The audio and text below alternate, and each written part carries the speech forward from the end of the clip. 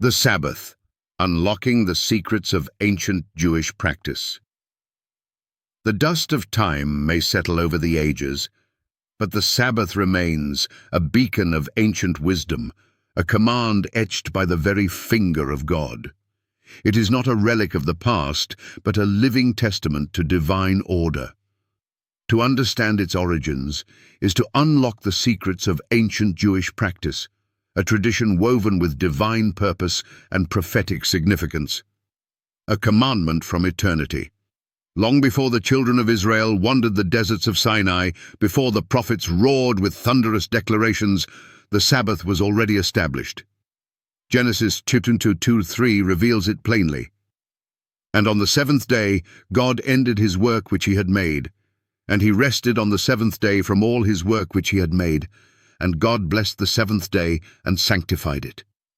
This was not a suggestion, it was a sanctification. God himself set it apart, not for the Jews only, but for all humanity. For in the creation narrative, there were no Israelites, no tribes, no nations, only mankind.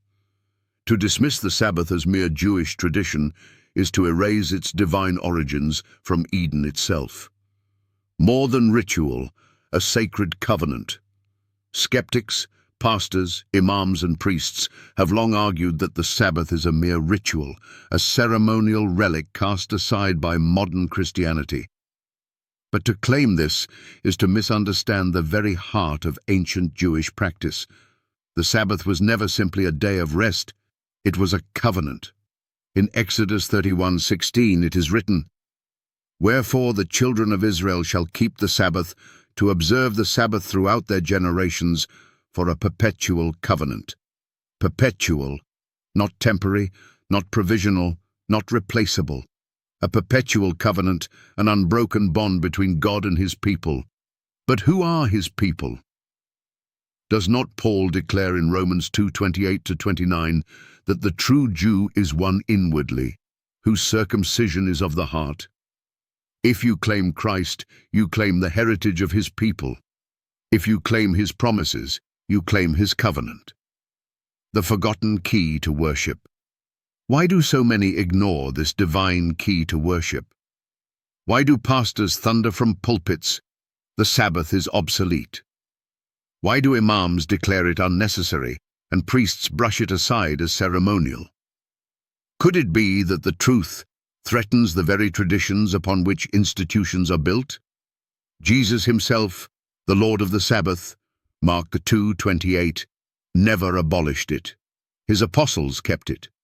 Paul, the apostle to the Gentiles, preached on the Sabbath to both Jews and Greeks, Acts 13:42-44.